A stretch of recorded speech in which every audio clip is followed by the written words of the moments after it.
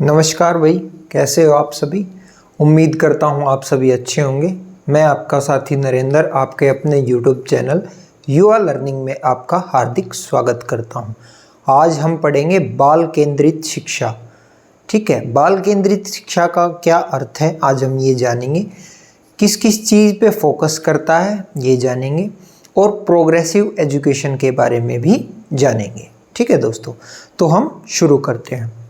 देखिए, पहले क्या होता था कि टीचर सेंटर्ड एजुकेशन होती थी, यानी कि शिक्षक केंद्रित, यानी कि जो शिक्षक का मन करता था वो पढ़ाता था, जो शिक्षक को सूटेबल लगता था वो पढ़ाता था।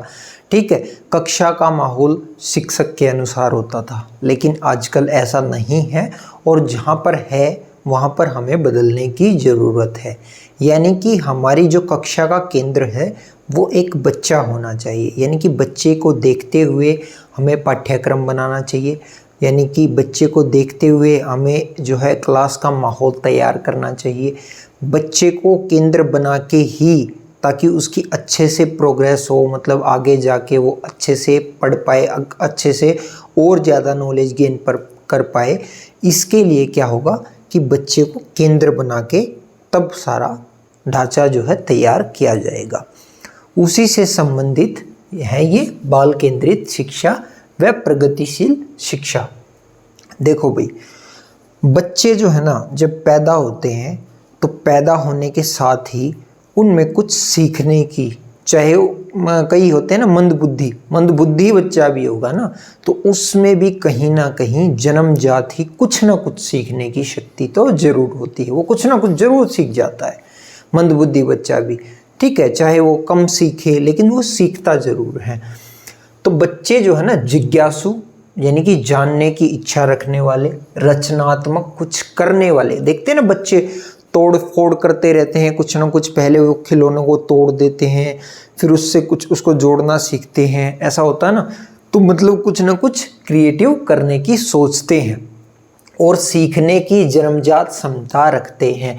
क्या होता है भाई, बच्चे जिज्ञासु, रचनात्मक और सीखने की जन्मजात क्षमता रखते हैं। यानी कि जन्म से ही उनमें, बच्चों में एक क्षमता होती है, एक एबिलिटी होती है, एबिलिटी टू लर्न। तो वो एबिलिटी, यानी कि वो जो क्षमता है, उसी के कारण बच्चा सीख पाता है। यदि उसमें क्षमता नहीं है ना तो वो नहीं सीख पाएगा। ठीक है भाई। फिर बात आती है कि हमें अपना ध्यान शिक्षक केंद्रित कक्षा से बाल केंद्रित कक्षा की ओर करने की आवश्यकता है। अब शिक्षक केंद्रित क्या होता था, पुराने टाइम में होता था, इसलिए बोलते हैं कि पुराने टाइम वाला, पौराणिक, यानी कि ट्रेडिशनल जो एजुकेशन होती है वो होती है टीचर सेंटर्ड, यानी कि शिक्षक केंद्रित। तो हमें अपना ध्यान शिक्षक केंद्रित कक्षा से बाल केंद्रित करने की आवश्यकता है, जिसमें बच्चा कक्षा का केंद्र हो। मैंने आपको बताया था ना कि बच्चे के अनुसार ही पाठ्यक्रम होगा, बच्चे के अनुसार ही सिलेबस होगा, बच्चे के अनुसार ही शिक्षा दी जाएगी, उनकी कैपेबिलिटी के अनुसार, उनकी क्षमता के अनुसार। ठीक है भाई। तो यहाँ पे बच्चा क्या होगा, कक्षा का केंद्र होगा। शिक्षक केंद्रित कक्षा में बच्चा निष्क्रिय हो जाता है, पैसिव हो जाता है, इनएक्टिव हो जाता है। इनएक्टिव लिख सकते हैं भाई इसको, इनएक्टिव, यानी कि बच्चा निष्क्रिय हो जाता है, क्योंकि वो करने की क्षमता नहीं होती फिर उसमें। फिर वो तो जो टीचर कहेगा ना, टीचर के अनुसार चलेगा भी फिर बच्चा। ठीक है, यानी कि वो अपने आप से क्रिएटिव नहीं रहेगा। वो क्या होगा, जैसा उसको, अगर उसको बोला जाएगा रटो तो वो रटेगा। मतलब कहते हैं ना, पूछ पकड़ के पीछे पीछे पीछे पीछे, तो जैसे टीचर लेके जाएगा बच्चे वैसे वैसे वैसे वैसे चलते जाएंगे। ऐसा नहीं होना चाहिए। ठीक है भाई, बच्चा क्रिएटिव नहीं बन पाएगा, वो इनएक्टिव हो जाएगा, क्योंकि उसका माइंड तो जो है वर्क करेगा ही नहीं, वो टीचर के माइंड के हिसाब से चलेगा। ऐसा नहीं होना चाहिए। ठीक है भाई।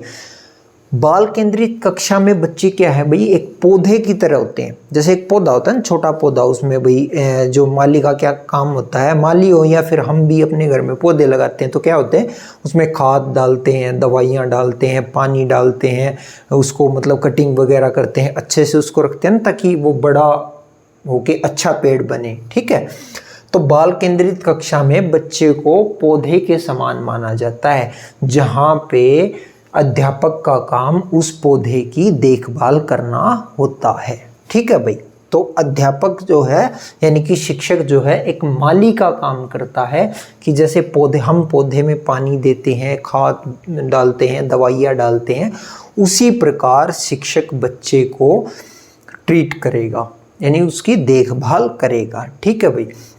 अब बात आती है भाई बाल केंद्रित कक्षा का केंद्र क्या है यानी कि फोकस क्या है जो बाल केंद्रित कक्षा का है जो है। क्यों बाल केंद्रित कक्षा जरूरी है, किस लिए। ठीक है, हम ये भी लिख सकते हैं बाल केंद्रित कक्षा क्यों जरूरी है, उसके ये रीजन है। बच्चों के जो जीवन है उससे जुड़ी चीज़ों पर ध्यान देना यानी कि बच्चों के जीवन से जुड़ी चीज़ों पे ध्यान देना, उनकी लाइफ जो है लाइफ में काम आए ऐसी चीज़ों पर ध्यान देना। ठीक है भाई।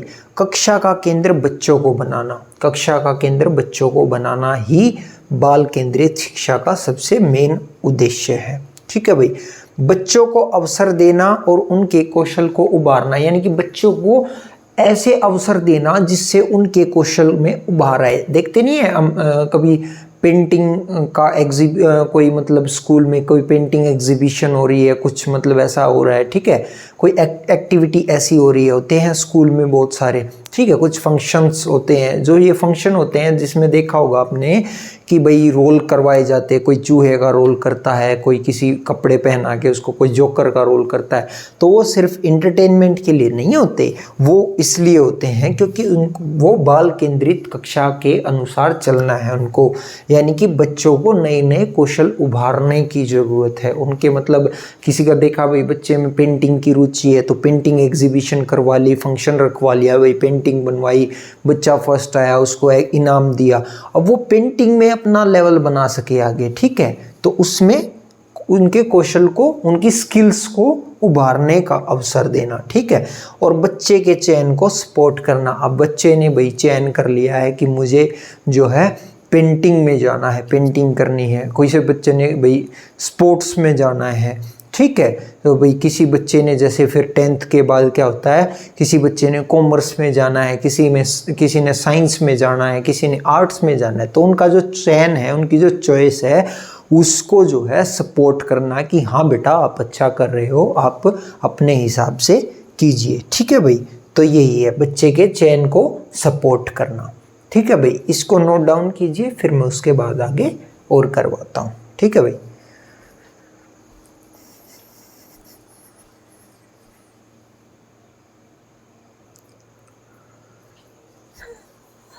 देखो भाई, आप जानते होंगे हर बच्चा जो है अलग होता है। ठीक है, उसकी सोचने की क्षमता अलग होती है। जैसे मैं कुछ और सोचता हूँ किसी चीज़ के लिए, आप कुछ और सोचते हो, आपकी रुचि किसी और चीज़ में है, मेरी रुचि किसी और चीज़ में। ठीक है, तो ऐसे ही हर बच्चा जो है वो उसकी अलग अलग रुचि होती है, अलग अलग सोचने की शक्ति होती है, अलग अलग समझ होती है। यानी कि हम कह सकते हैं हर बच्चा जो है अलग है। अब मान लो हर बच्चा अलग है, एक टीचर, एक शिक्षक जो है हर बच्चे को एक जैसा ट्रीट नहीं कर सकता। कहने का मतलब ये है कि हर बच्चे को एक जैसे इंस्ट्रक्शन नहीं दे सकता। अब कोई होशियार बच्चा है, बहुत इंटेलिजेंट है, उसको डांट नहीं सकता भाई। और जो मतलब नालायक है, पढ़ता लिखता नहीं है, खेलने में भी कमज़ोर है, तो उसको जो है शाबाशी नहीं दे सकता। तो अलग अलग इंस्ट्रक्शन रखनी पड़ेंगी। तो जो अलग अलग इंस्ट्रक्शन रखनी पड़ती हैं उसको ही बोलते हैं विभेदी अनुदेशन। मतलब कि जो अलग अलग है उसको कहेंगे विभेदी, और अनुदेशन यानी इंस्ट्रक्शन, यानी कि डिफरेंशिएटेड इंस्ट्रक्शन। तो हर बच्चा अलग होता है, तो शिक्षक को विभेदी अनुदेशन अपनाना चाहिए, यानी कि डिफरेंशिएटेड इंस्ट्रक्शन अपनानी चाहिए। विभेदी अनुदेशन क्या होता है भाई? विभेदी अनुदेशन का मतलब है कि जब हर बच्चा अलग है तो हर बच्चे को अलग अलग अनुदेशन यानी कि अलग अलग इंस्ट्रक्शन देनी चाहिए कि आप ये कीजिए, आप ये कीजिए, आपने ये काम अच्छा किया, आपने ये काम गलत किया, इसको ठीक कीजिए। होता है ना, हर बच्चे का आप होमवर्क चेक करोगे तो किसी में कुछ गलती होंगी, तो उसको मान लो अब आपने इंग्लिश का ही कोई पार्ट करवाया या हिंदी का करवाया, तो किसी ने ग्रामर में गलती कर रखी है भाई, किसी ने जो है लिखने में अक्षर छोड़ रखे हैं, तो उनको अलग अलग इंस्ट्रक्शन दोगे ना, एक जैसी इंस्ट्रक्शन नहीं दे सकते ना। होता है ना, हर बच्चे की गलती अलग अलग होती है, हर बच्चे की रुचि अलग अलग होती है, तो उसी अनुसार उनको इंस्ट्रक्शन देंगे, सलाह देंगे। ठीक है, तो विभेदी अनुदेशन क्या होता है, इसमें अलग अलग तरीके अपनाए जाते हैं बच्चे के अनुसार, अलग अलग तरीके अपनाए जाते हैं बच्चे को देखते हुए। ठीक है, अब अलग अलग तरीके कैसे, अब मैंने बताया था कि भाई एक बच्चा तो बहुत इंटेलिजेंट है तो उसको शाबाशी देंगे ताकि वो ये तरीका अपनाएंगे ताकि वो अच्छा, उसको इनाम देंगे ताकि वो और अच्छा करे। अब जो बच्चा भाई थोड़ा पढ़ने में कमज़ोर है उस बच्चे को भाई थोड़ी डांट फटकार लगाएंगे, उसको बोलेंगे बेटा पढ़, उसके जैसा बन, या ऐसा कुछ उसे एग्जाम्पल देंगे। तो अलग अलग तरीके अपनाएंगे ना बच्चे के अनुसार। ठीक है, सबको एक जैसा नहीं समझना है, हर बच्चे को अलग अलग इंस्ट्रक्शन, अलग अलग सलाह देनी है। अपनी देसी भाषा में इसको सलाह लिख लेना कि अलग अलग सलाह देनी है बच्चे को, अलग अलग इंस्ट्रक्शन देनी है बच्चे को, क्योंकि हर बच्चा अलग अलग होता है तो सब बच्चों को एक जैसा नहीं समझ सकते। ठीक है, अलग अलग समझना है, उनकी रुचि अलग अलग होती है तो बच्चों की रुचि के अनुसार काम देना। बच्चे को देखेंगे भाई ये पेंटिंग में अच्छा है तो उसको पेंटिंग में ज़्यादा इन्वॉल्व कर देंगे, कोई स्पोर्ट्स में ज़्यादा अच्छा है तो भाई उसको स्पोर्ट्स में, स्कूल वाले करते हैं ना, स्पोर्ट्स में ज़्यादा इंक्लूड कर देते हैं बच्चे को।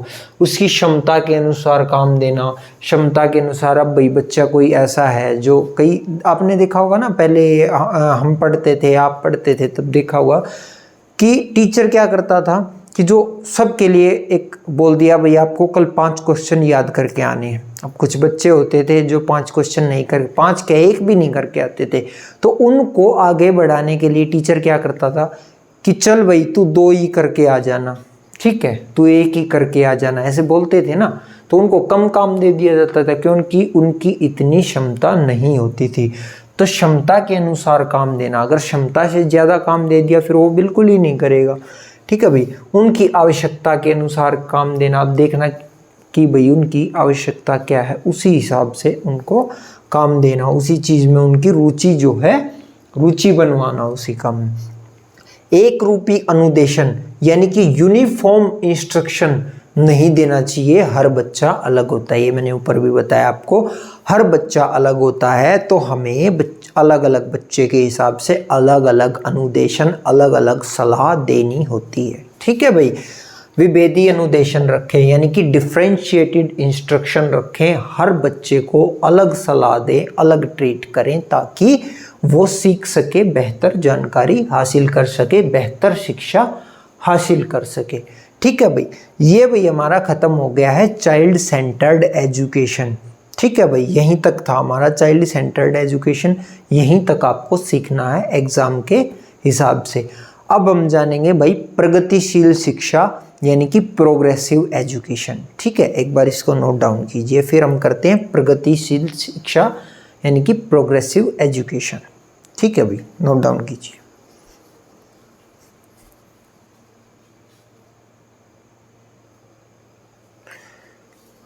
अब है भाई प्रगतिशील शिक्षा यानी कि प्रोग्रेसिव एजुकेशन। ठीक है भाई, जब भी प्रगतिशील विद्यालय का नाम आता है यानी कि प्रगतिशील स्कूल का नाम आता है तो इनका जो इनको बनाया था वो बनाया था जॉन डीवी ने। इनको जॉन डुई भी बोल सकते हैं, जॉन डीवी भी बोल सकते हैं। और 19वीं सेंचुरी यानी कि 19वीं शताब्दी में बनाए थे उसने अमेरिका में। ठीक है, ये स्कूल प्रगतिशील स्कूल जो है अमेरिका, यहाँ लिख देता हूँ अमेरिका।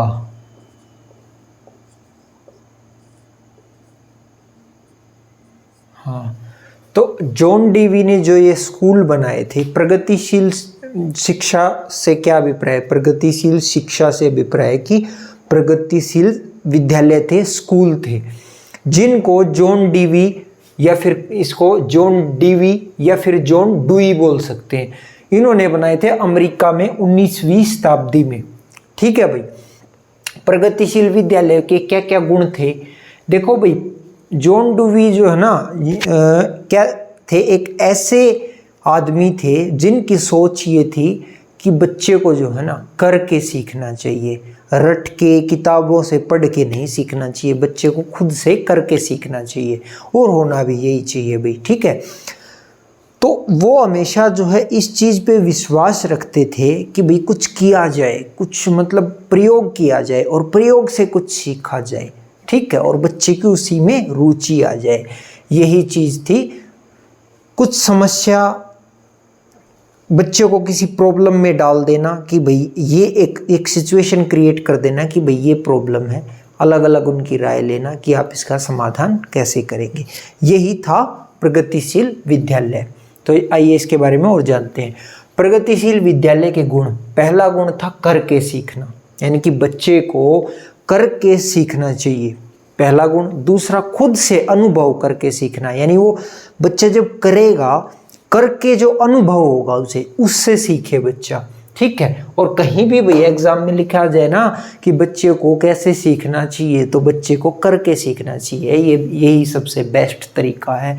समस्या समाधान पर ध्यान देना, यानी कि बच्चे के सामने एक सिचुएशन क्रिएट कर देना कि भाई देखो बच्चों, एक ऐसी ऐसी समस्या है, आप अपनी अपनी राय दें कि आप इसको कैसे इसका समाधान करेंगे। बच्चे से किसी समस्या के बारे में समाधान पूछना। फिर भाई ऐसी शिक्षा देना जो जीवन भर काम आए, यानी कि उससे बच्चे को रोजगार मिल सके और जीवन से वो जोड़ सके उन चीज़ों को, ठीक है। ऐसी शिक्षा नहीं देनी है कि अभी पढ़ लिया, पेपर दे लिए, पास हो गए, उसके बाद जो है आगे जीवन में वो शिक्षा कभी काम ही नहीं आई। तो ऐसी शिक्षा नहीं देनी है, ऐसी शिक्षा देनी है जो जीवन भर काम आए, ठीक है। फिर भाई एक इसका गुण है समूह और सहयोग, यानी कि एक साथ कई बंदे बैठ के अलग अलग सुझाव दे के उस प्रॉब्लम को जो है सॉल्व करें और उससे सीखें, ये भाई। फिर किताबों से ज़्यादा वास्तविक जीवन से बच्चे को जोड़ना, यानी कि किताबों से ज़्यादा नहीं सिखाना है कि भाई किताबों से सीखे पढ़े, वास्तविक जो रियलिटी है ना, जो रियल जीवन है उससे ही सीखना। जैसे अब मैथ की बात करें भाई, जोड़ घटा जमा है, मान लो अब जोड़ सीखा 1 + 1 2, या फिर हमने गुणा सीखी 10 × 2, तो हम मार्केट में गए, मार्केट में जाने के बाद सब्जी वाले से पूछा कि भाई टमाटर कितने रुपए किलो है, तो उसने कहा जी 10 रुपये किलो, तो आपने कहा 2 किलो कर दीजिए। अब आपको गुना आती होगी तभी तो आप करेंगे ना कि 10 × 2 20, यानी कि 20 रुपये हो गए, ठीक है। तो वही चीज़ है। अब फिर आपने 50 का नोट दिया, अब आपको माइनस यानी कि घटा आती होगी, तो आप देखेंगे 50 में से 20 घटाया 30 यानी कि वो हमें वापस करेगा। तो जीवन से जुड़ गई ना ये चीज़ें। तो वही प्रगतिशील विद्यालय के गुण हैं कि भाई बच्चे को जीवन से जो उसका उद्देश्य ही यही है प्रगतिशील विद्यालय का, ठीक है भाई।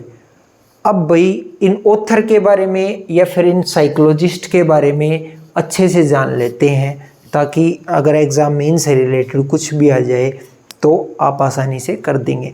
जॉन डीवी भाई, जॉन डीवी प्रगतिशील शिक्षा के जनक या पिता भी बोल सकते हैं, यानी कि फादर ऑफ प्रोग्रेसिव स्कूल, यानी जो प्रगतिशील विद्यालय या प्रगतिशील शिक्षा है, प्रगतिशील शिक्षा प्रोग्रेसिव एजुकेशन के फादर भी यही हैं और प्रोग्रेसिव स्कूल के भी फादर यही है। यानी कि जहाँ प्रगतिशील शिक्षा की बात आएगी उसके जनक जॉन डीवी हैं, यानी कि जॉन डीवी प्रगतिशील शिक्षा के जनक या फिर पिता हैं, ठीक है। अब इनके बारे में और जान लेते हैं। ये भाई CDP है, यहाँ पे जो है ना हिंदी की तरह वो नहीं कि कवि के नाम उनके परिवार, उनकी जो डेट ऑफ बर्थ और वो सब, वो नहीं जानना है भाई। ये जानना है कि इन्होंने अपनी कैसी साइकोलॉजी कैसी सोच रखी थी, क्या क्या इन्होंने किया था, वो सब जानना है। इनका मकसद था कि कक्षा में सब भागीदारी दिखाएं, यानी कि ऐसा ना हो, ये चाहते थे कि जो कक्षा है ना, कक्षा में ऐसा ना हो कि 10 बच्चे हैं, 10 में से एक तो भाई बहुत एक्टिव है, बहुत ज़्यादा सक्रिय है, और एक ऐसा है बिल्कुल जो बोलता ही नहीं, कुछ कहता ही नहीं। इनका मतलब था जैसे लोकतांत्रिक संबंध बना रहे हैं, यानी कि सबकी बात सुनी जाए, सबकी बात जानी जाए, उसी हिसाब से जो है शिक्षा को आगे बढ़ाया जाए। तो इनका मकसद था कि कक्षा में सब भागीदारी दिखाएं, सब अपनी बात कहें, वह कक्षा में लोकतांत्रिक संबंध बना रहे। लोकतांत्रिक संबंध मतलब सबको बात कहने का मौका मिले। ठीक है भाई। फिर दूसरा क्या है भाई, इनके प्रगतिशील विद्यालय को लैब स्कूल या यूनिवर्सिटी एलिमेंट्री स्कूल भी कहा जाता था। एग्जाम में आ जाता है भाई, एग्जाम में तो खैर सारा ही आता है भाई, जो कराया ये एग्जाम से ही रिलेटेड है। और इंग्लिश मीडियम वाले भाई अपनी PDF जो है डिस्क्रिप्शन लिंक से डाउनलोड कर लेना। ठीक है, समझ यहाँ से लो और डाउनलोड आपके नोट्स बने बनाए हैं वहाँ से नोट्स कर लो अपने।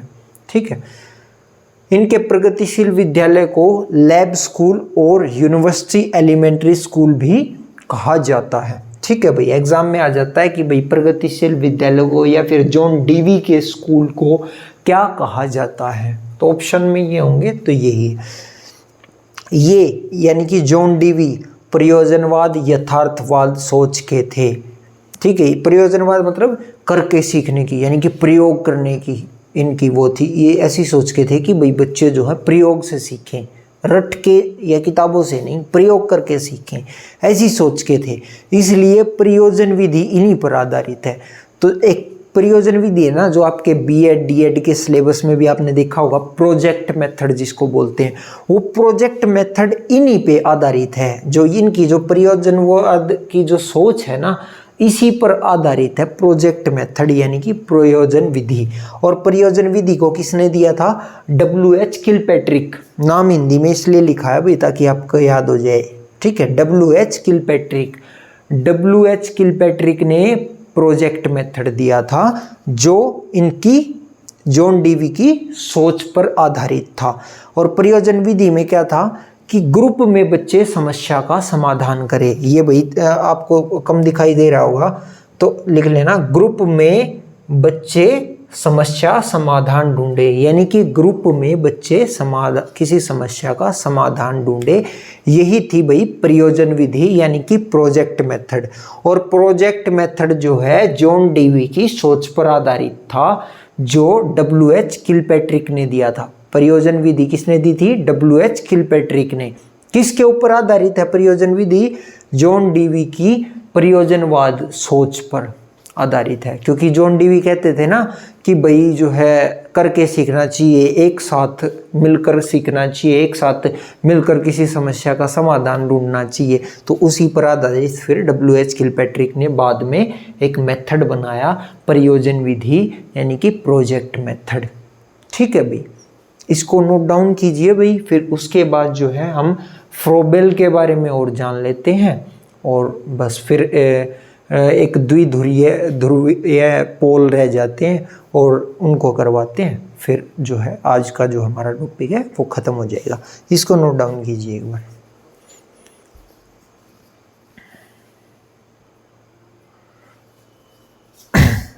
अब एक और साइकोलॉजिस्ट थे भाई जिनका नाम था फ्रेडरिक फ्रोबेल।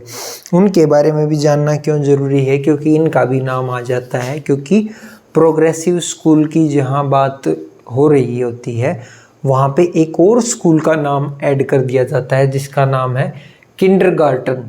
किंडरगार्टन बोलते हैं इसको, इंग्लिश में ही लिखा हुआ है क्योंकि भाई इंग्लिश में ही जो है स्कूल का नाम है। ठीक है, तो इंग्लिश में ही कुछ वर्ड जो है आपको इंग्लिश में ही सीखने पड़ेंगे। ठीक है, तो फ्रेडरिक फ्रोबेल एक ऐसे व्यक्ति थे जिन्होंने किंडरगार्टन स्कूल का जो है, ये गार्डन नहीं है भाई, गार्टन है ये, किंडरगार्टन, किंडरगार्टन स्कूल।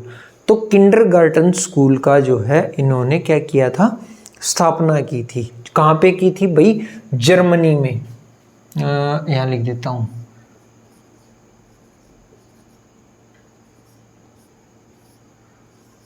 जर्मनी में।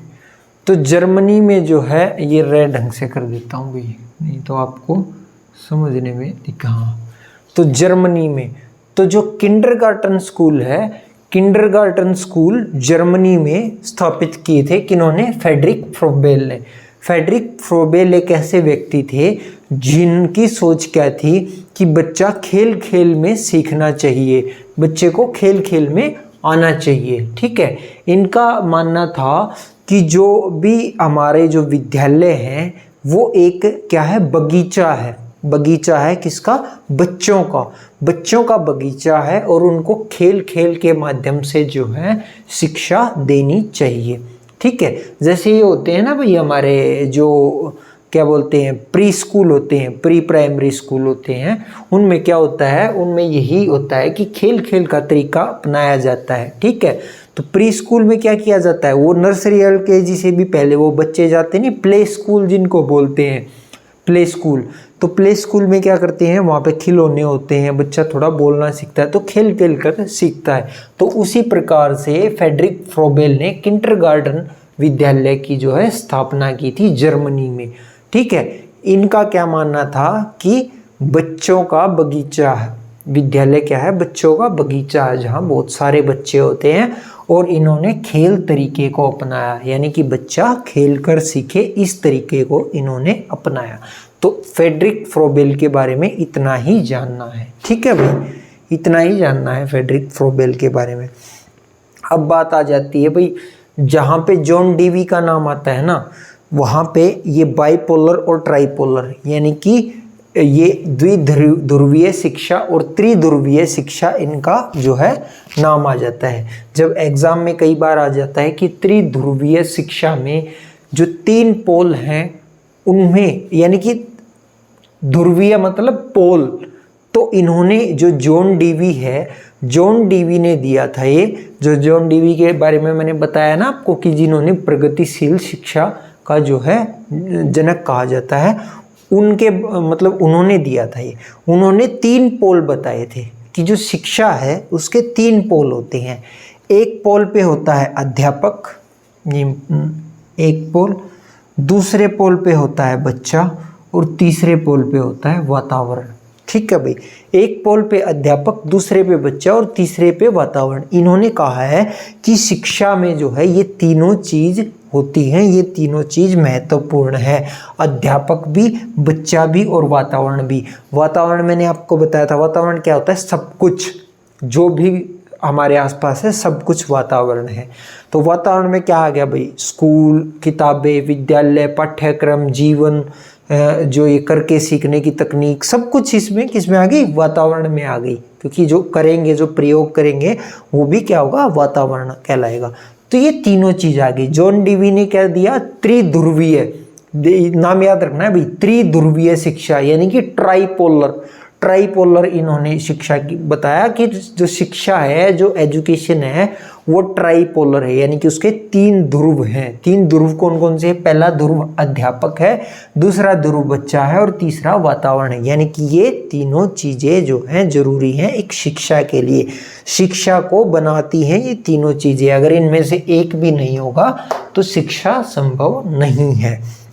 जबकि एडम्स नाम का एक व्यक्ति था, साइकोलॉजिस्ट था, उन्होंने क्या बोला, शिक्षा को द्विध्रुवीय यानी कि बाइपोलर, उन्होंने बोला कि शिक्षा जो है बाइपोलर है, यानी कि इसमें अध्यापक और बच्चा जरूरी है, बाकी कुछ जरूरी नहीं है। यदि अध्यापक और बच्चा है तो मतलब शिक्षा है। इनका ये तरीका गलत था, क्योंकि यदि अगर वातावरण नहीं आता है इसमें, यानी कि पुस्तकें, विद्यालय और भी जो हमारा वातावरण, समाज, ये सब नहीं आता है तो बच्चा कैसे सीखेगा। एक अध्यापक, मान लो आप टीचर हैं और आप किसी कक्षा में गए और वहाँ सिर्फ बच्चे बैठे हैं, आपके पास ना बोर्ड है ना किताबें हैं, कुछ नहीं है, बच्चे को कितना सिखा पाओगे आप, कितना सिखा पाओगे, थोड़ा बहुत बोल के सिखा दोगे बस। बच्चा ना लिख सकता है ना प्रयोग कर सकता है, अब फिर वो शिक्षा क्या हुई, क्या सीखेगा बच्चा। बच्चा जो है त्रिध्रुवीय में ज़्यादा सीखता है क्योंकि उसमें वातावरण होता है। इसमें क्या है, एडम्स नाम के व्यक्ति ने, नाम भाई रटने पड़ेंगे, क्या करें, मजबूरी है भाई, थोड़े बहुत नाम है रटने पड़ेंगे, ठीक है। द्विध्रुवीय शिक्षा जो है दी थी, इन्होंने कहा था जो शिक्षा जो है द्विध्रुवीय है और इसमें 2 पोल हैं, एक तरफ अध्यापक होता है, दूसरी तरफ बच्चा होता है। शिक्षा बस इसी से पूरी हो जाती है, यही 2 चीज़ें शिक्षा के लिए जरूरी है, ऐसा एडम्स ने कहा था, जिसको फिर हमारे जॉन डीवी ने सुधारा। और जॉन डीवी ने कहा कि नहीं, शिक्षा में 2 ध्रुव नहीं बल्कि एक तीसरा ध्रुव वातावरण भी होता है। तो जो एडम्स का जो अध्यापक और बच्चे वाले जो ये 2 पोल थे इनको 3 बना दिया, यानी कि वातावरण भी इसमें जोड़ दिया। नहीं तो वही अध्यापक और दूसरी तरफ बच्चा, ये एडम्स ने दिया था, और वही अध्यापक और बच्चा था डीवी ने जो दिया, लेकिन उसमें वातावरण भी जोड़ दिया कि ये भी जरूरी है। तो जॉन डीवी ने क्या बताया कि ये 3 चीज जरूरी हैं तभी शिक्षा पूरी होगी, और एडम्स ने क्या बताया कि ये 2 चीजें जरूरी हैं, शिक्षा तभी पूरी हो जाएगी, अध्यापक और बच्चा। एक तरफ अध्यापक होता है पोल के, दूसरी तरफ बच्चा, और इन्होंने ट्राइपोलर यानी कि त्रिध्रुवीय, यानी कि शिक्षा के 3 ध्रुव होते हैं, एक अध्यापक, दूसरा बच्चा, तीसरा वातावरण। ठीक है भाई, ये हमारा भाई आज जो है बाल केंद्रित शिक्षा और प्रगतिशील शिक्षा जो है कंप्लीट हो गया। अब हम आगे लिंग के बारे में पढ़ेंगे। ठीक है भाई, और भाई टेंशन लेने की ज़रूरत नहीं है, सिलेबस आपका टाइमली होगा। मैं क्लास को धीरे धीरे इसीलिए चला रहा हूँ क्योंकि अभी सभी बच्चे जो है क्लास नहीं ले रहे हैं, क्योंकि ना तो अभी सीटेट के बारे में कुछ पता है कि कब एग्ज़ाम होगा कब नहीं होगा, जल्द ही, लेकिन अभी जो है कुछ नोटिफिकेशन आया नहीं है, तो इस वजह से मैं भी स्लो चल रहा हूँ ताकि आप धीरे धीरे, लेकिन आप भी धीरे धीरे जैसे मैं करवा रहा हूँ वैसे कर लीजिए। ठीक है, टाइमली सिलेबस कंप्लीट करवाऊँगा, ये मेरी जिम्मेवारी है। ठीक है, तो आप टेंशन मत लीजिए भाई। इसको करने के बाद जो मतलब बाकी सब्जेक्ट बचेंगे ना, उनकी इतनी ज़्यादा क्लासेस नहीं होंगी, सबकी 5-5 7-7 क्लास होंगी, उसी में सिलेबस ख़त्म हो जाएगा बाकी सब्जेक्ट का। ठीक है भाई, तो ये आप कीजिए। ठीक है भाई, इसको नोट डाउन कीजिए। जय हिंद दोस्तों, मिलते हैं अगली क्लास में।